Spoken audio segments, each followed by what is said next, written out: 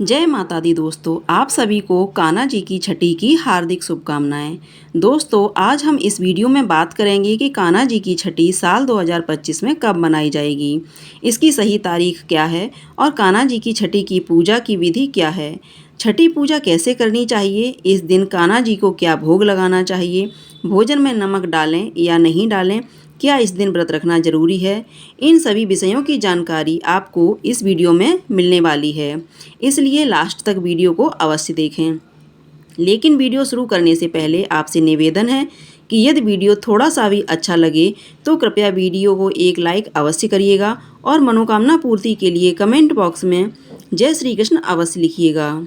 चलिए बात कर लेते हैं कि कान्हा जी की छठी की।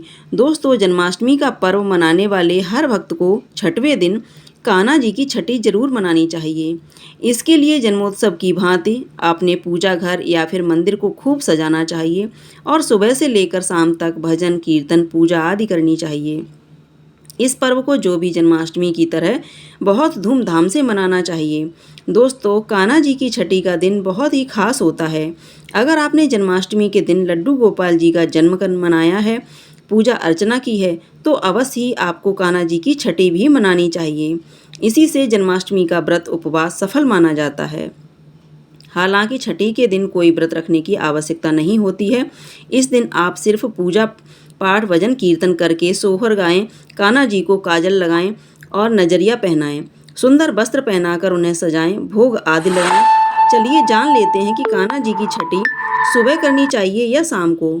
तो आपको बता दें कि कान्हा जी की छठी या तो आप दोपहर के समय करें या फिर छठी का पूजन आप शाम को भी कर सकते हैं। यह भक्त अपनी चॉइस के हिसाब से दोपहर या शाम के समय छठी का उत्सव मना सकते हैं। और अब बात कर लेते हैं कि कान्हा जी को छठी में क्या भोग लगाना चाहिए।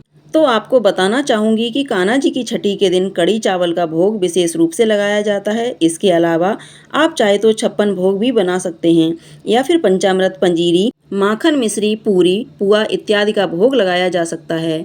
और बात करें नमक की, तो इस दिन सात्विक भोजन बनाकर ही कान्हा जी को भोग लगा सकते हैं। भोग प्रसाद में नमक डाला जा सकता है। बस आप इस दिन प्याज लहसुन का इस्तेमाल ना करें। प्याज लहसुन से बना हुआ भोग कान्हा जी को भेंट नहीं करना चाहिए। इस दिन नमक या मीठे दोनों तरह के व्यंजन का भोग आप कान्हा जी को लगा सकते हैं।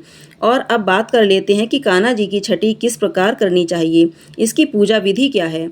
दोस्तों, प्रत्येक व्यक्ति अपने लड्डू गोपाल की अपनी आस्था के अनुसार छठी पूजा का समय चुनता है। कुछ लोग पूजा दोपहर में या तो कुछ लोग शाम के समय छठी पूजा करते हैं।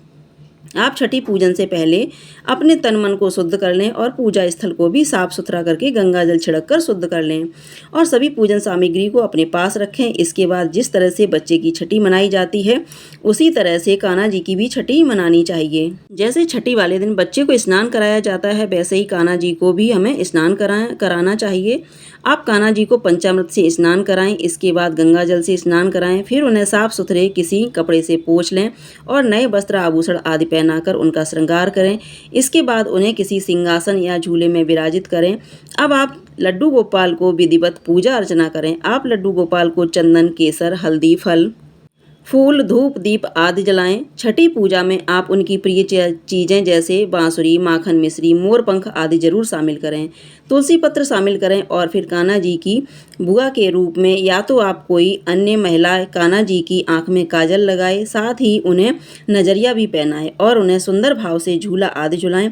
इसके बाद कान्हा जी को भोग लगाने के लिए आप तमाम तरह के भोज्य पदार्थ जैसे कड़ी चावल, पंचामृत, माखन, पंजीरी, मिश्री, तुलसी पत्र, पूरी, मालपुआ आदि उनकी सामग्री खाने की अर्पित कर सकते हैं। इसके बाद सभी विधि विधान से कान्हा जी की आरती और पूजन करें और पूजा के अंत में सभी लोगों को प्रसाद बांट दें। इसके बाद स्वयं प्रसाद ग्रहण करें। दोस्तों, जिस तरह से घर में बच्चे का जन्म होता है तो उसकी छठी मनाई जाती है, वैसे ही आप बच्चों की तरह ही कान्हा जी की छठी भी मनाएं और सोहर के गीत गाएं। जैसे बच्चे की छठी के दिन जन्मोत्सव के गीत गाए जाते हैं, तो इस तरह से आप छठी का पावन पर्व अवश्य मनाएं। चलिए अब जान लेते हैं कि साल 2025 में कान्हा जी की छठी कब मनाई जाएगी, क्योंकि इसकी तारीख को लेकर बड़ी दुविधा की स्थिति बनी हुई है। जैसा कि आप जानते होंगे कि कई क्षेत्रों में इस साल 15 तारीख को जन्माष्टमी मनाई गई और बहुत सी जगह पर 16 तारीख को जन्माष्टमी मनाई गई।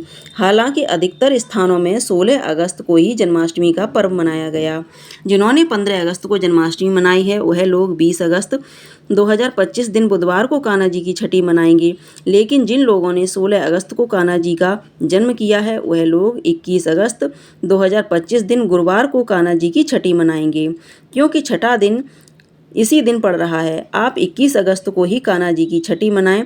तो दोस्तों, यह जानकारी आपको अच्छी लगी हो तो कमेंट में जय श्री कृष्णा जय श्री राधे जरूर लिखिए, और वीडियो थोड़ा भी अच्छा लगा हो तो कृपया वीडियो को लाइक अवश्य करें, शेयर करें, साथ ही साथ चैनल को सब्सक्राइब करें। धन्यवाद।